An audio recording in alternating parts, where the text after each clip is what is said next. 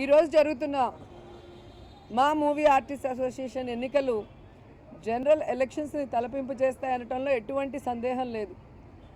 గతంలో మేము ప్రతిసారి ఎన్నికలకి రావటం, మరి ఎన్నికలు జరిగినప్పుడు చాలా ప్రశాంతంగా ఎవరో ఒకరిని డిసైడ్ చేసుకొని ఉంటే బాగుంటుంది అని ముందుకు వెళ్ళటం జరిగింది. కానీ ఈసారి మీరు చూస్తే పెద్దలంతా కలిసి ఎవరో ఒకరిని 2 years కాబట్టి ఒకరిని డిసైడ్ చేసి ఉంటే బాగుండని మా అందరికి కూడా అనిపించింది.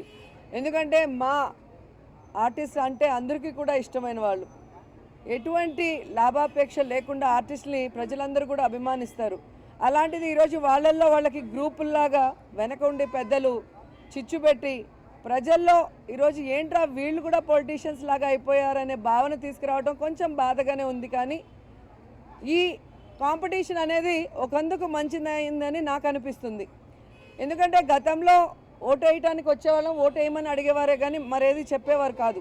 కానీ ఈ కాంపిటీషన్ వల్ల ఈ అసోసియేషన్కి నేను ఇది చేస్తాను, ఆర్టిస్టుల భవిష్యత్తు కోసం నేను ఇది చేస్తాను అని చెప్పి వాళ్ళ మేనిఫెస్టోని తీసుకురావడం చాలా మంచి పరిణామం.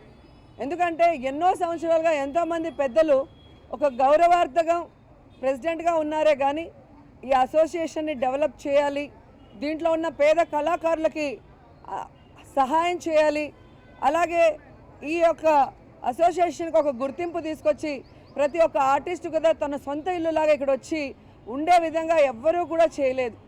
ఎన్నికల రోజు రావటమే తప్ప మళ్ళీ నెక్స్ట్ వచ్చింది చూస్తే మళ్ళీ నెక్స్ట్ ఎన్నికలకే మేము వస్తున్నాం. అదొకందుకు మా అందరికీ కూడా చాలా బాధగా ఉంది. ఎందుకంటే ఈరోజు ఇంతమంది కళాకారులు ఉన్నాం కానీ ఒకరినొకరు చూసుకునే పరిస్థితి లేకుండా పోయింది. అదే ఒక మా అసోసియేషన్ చక్కగా అందరినీ హక్కున చేర్చుకునే ఒక అమ్మలాగా మనకి కనుక ఉంటే మనం అందరం కూడా చక్కగా ఆర్టిస్టులు ఫ్రెండ్లీగా ఉంటూ భవిష్యత్తులో ఏం చేయాలి, మన నుంచి ఇప్పుడు వయసు అయిపోయి ఇంట్లో ఉన్న ఓల్డ్ ఏజ్ ఆర్టిస్టులకు మనం ఎలా హెల్ప్ చేయాలి అనే ఒక ప్రణాళిక తయారు చేసుకొని ముందుకు వెళ్ళేదానికి బాగుంటుంది. కానీ బాధలో కూడా సంతోషం అదే, హెల్తీ కాంపిటీషన్ ఉంటే బాగుండేది. కానీ అలా కాకుండా కొంచెం పొలిటికలైజ్ అవ్వటం వల్ల బాధగా ఫీల్ అవుతున్నాను.